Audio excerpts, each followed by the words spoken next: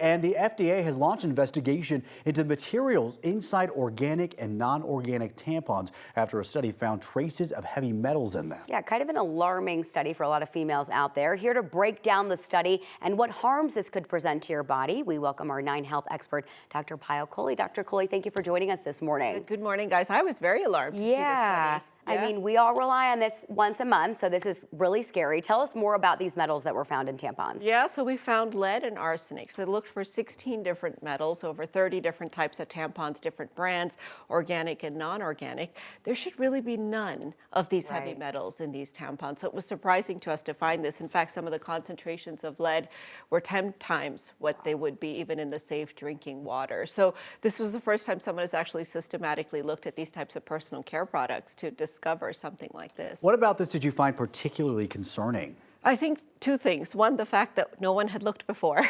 And then this is something that, as you said, most women are using, over-the-counter products that we're not regulating. And second, really trying to understand, well, okay, if they're in the tampons, does that mean that they're actually absorbing into the body? Because if you think about the vagina, it's one of the thinnest parts of our body, and it's a mucous membrane. So it's just like our mouth. It's very different from our skin. It's designed to absorb materials effectively into our bloodstream. So if you've got a cotton tampon sitting in there for 8 or 10 hours, and it's got heavy metals that may be leaching into the vagina. We don't yet know, but if they are, they could very quickly get into your bloodstream.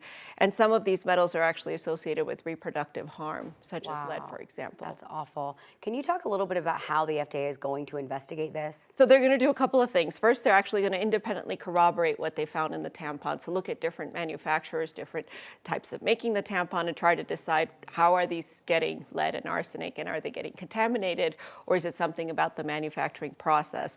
The second, which I'm really excited about as a doctor, is to do that, what we just discussed, is it actually getting into the bloodstream? So they're going to do studies on absorption through the vaginal wall of these heavy metals so that we can really understand, is it just in there and stays in there, or is it actually causing harm to us? Well, let's be honest about it. In the meantime, while all these studies are going on, which is great that they're doing this, what should women do? Yeah, so I think if you're a woman who's worried, because we don't yet know, it's still such a big question mark, you might want to think about an alternative way during your menstrual cycle. Obviously, the safest being sanitary pads or napkins, which are external to your body, so they can catch the menstrual flow. But Erica just mentioned menstrual cups as well. So maybe talk to your obstetrician.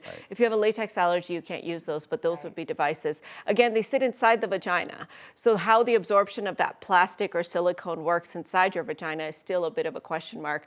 But I'm just glad that the FDA has now started looking at things like this, like personal care products, which so many of us use on a daily basis. Right, absolutely. And we don't have a lot of time, but one last question. For the first time, the CDC issued some new guidelines for pain management for women that get IUDs. That's been something that's been really painful for some folks. So what is your thoughts on that? I am so excited about this because for the longest time, we have not taken pain in women seriously. And to me, I'm shocked that it took such a long time coming because some women can be very sensitive. It is a procedure.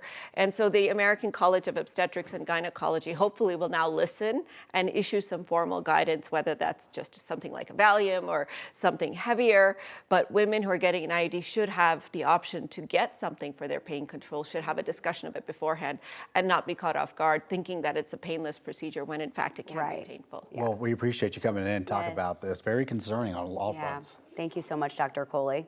And you can find all of Dr. Kohli's appearances at 9news.com/Dr. Kohli.